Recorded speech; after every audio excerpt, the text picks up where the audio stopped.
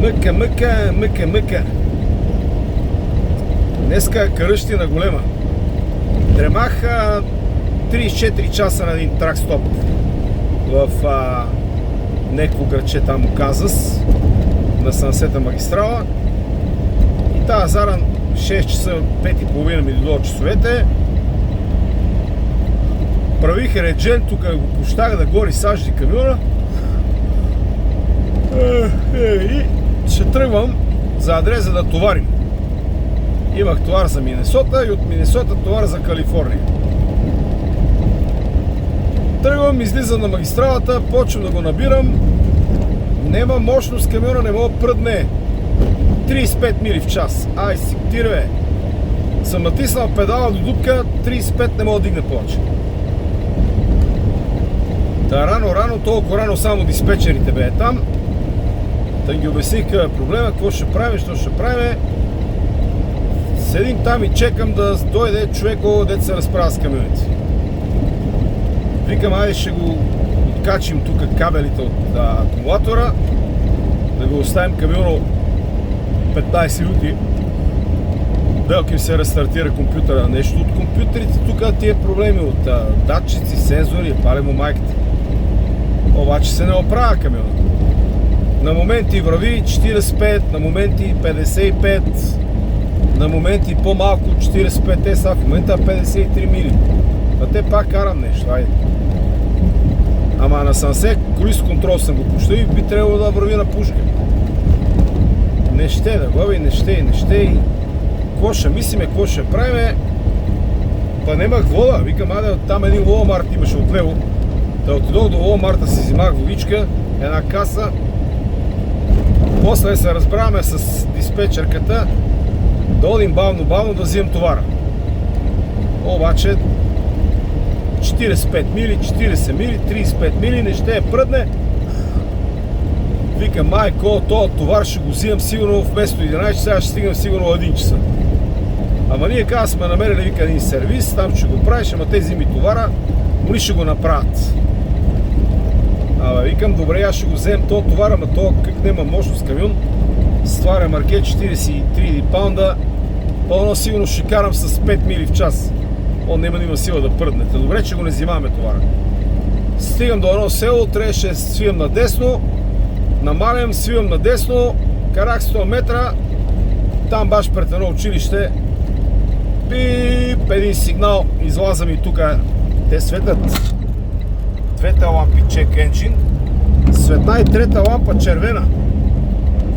На нея пише стоп и пише engine shutdown in процес. Демек ще гаси двигател. Компютър ще гаси двигател. Викам, ай ще запрем. Спирам. Пак обяснявам какъв е проблема. Викам, ей, това е, че не мога тем да карам. Стигнаваме до кривата круша. Айде, они ми пращат един адрес, вика, това е един сервис, пробвай до там да одиш. Товаро ще го канцелираме. Ама като тръгнем, пак, кога работи на место, нема ядове. Обаче, как тръгнем, пак пип, пак shutdown, engine in progress, in процес. Те така пробвах 2-3 пъти и не става. Такова време да един полицай, вика, тук така не мога да седиш. Трябва, вика, мръднеш камиона напред. 100 метра там напред е широко. Викам, я ще го дръпнем, ама он да не угаси двигател. Викам, сигурно има една минута преди да го угаси. Запали камиона, тръгнах, айде пак, пип. Обаче успех да стигнах там, къде полицай каза, спрех. Ой, вика, те тук мога да седиш, цял ден няма ядене. И какво правим сега? Чекам да дойда род сервис. По-едно време викам, че да пробвам пак. Да запалим, па да тръгнем. Четвърти пореден път. Палим, тръгвам, този път нема сигнал, нема съобщението не излезна. Тръгнах с камиона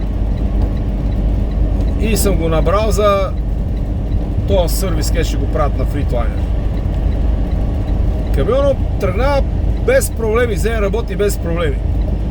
Пущам го на круиз контрол, излазам на пъта на Сансе мили, върви на самолет. Все едно не е имал никакви проблеми. Изведнъж се оправи. Ево, са 52 мили в момента. Карам, ама не ще да има мощност. стигнах до този сервис и тук една бюрокрация, едно бавење, разкачи ремаркето, гледава го там с един компютър на диагностичната букса, там много вика кодове има, много вика работа излезнало, това ще вика много работа. Айде, чекам, най-накрая го взима камиона, го кара вътре, по-едно време ми звънат тия нашите. Те вика, казаха тия, че много работа има по този камион, не мога да го оправят няколко дена. Взима и вика камиона и кара и вика за Чикаго. Че го правим от Чикаго. Вика, майде, добре, прибирам се празен. Да закачи си ремаркето, сега карам, но се стъмни. Ма имам 3 часа да карам, 3 часа, какво че минем за тия 3 часа мъда? Абе, до понеделник ще се приберем. Утре е събота. По камиона работеше като ората 700 мили, за 10 часа се прибирам. Грубо сметното. С тия скорост е 52 мили. С 52 мили бе, ако не стане у събота, ще у неделя. Само да се не сговня септември.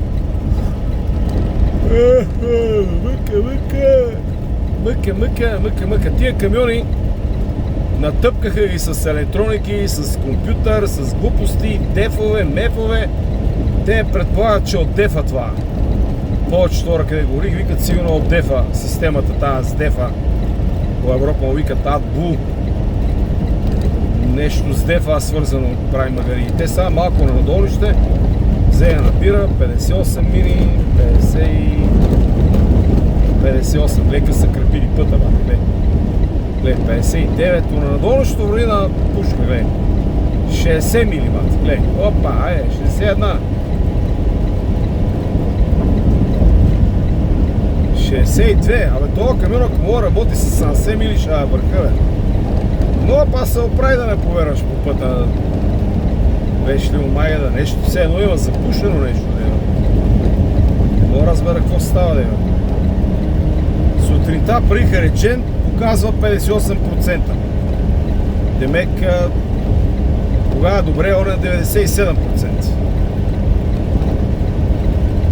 По друг начин го показва на лолото и го показва като черна скала, а тук ти го показва с проценти. 62 мили. Сега съм обоир и върви горе-долу. Нема тази мощност как трябва да бъде, ма те па върви нещо.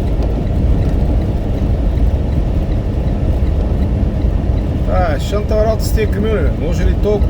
Натъпкаха ги с датчици, сензори, глупости. Те с тия деф системи най-много яден съм брал. На ново лом миналата година пак така ядове брах. Показваше, че не е деф резервара, пълен догоре, а показва, че нема деф, нека не е някой датчик не отчита. Та се вкарах тогава приключение, пращат ми видео, влазай под камиона да откачиш датчика за скоростта. Откачих датчика, камиона върви само на ръчен режим. Автоматичен и на ръчен режим ги включва скоростите, обаче само до 11 скорост, 12-та нема. Тоест повече от 60 и не знам колко мили дигаше май. 65 мили ли дигаше, или по-малко беха. И аз на педал, като го натискам, вървеше на круиз контрол повече от 60 май не дигаше. Та с една пръчка от Walmart, взима една дрънена пръчка, да срезах с една ножка, да я направим по точния размер, да натиснем педала. Наберем го, после натискам с пръчката педала и така карам. Тото иначе педал да натискаш на крак, ще го натискаш половин час, ще ти изтръпне крака. Ево, сега повече от 46 не мога дигне, бас си мизерията. Абе, бега, бе. Абе, мани, бе, беги, мизерията пълно. Ея луната горе, хвала голема, пълноумния бата десна. Ще се вкарам в приключение. До Чикаго, да беше поне близо на до 300 милиона, но гледай колко на майка си каза. 671 милиона до паркинга на фирмата.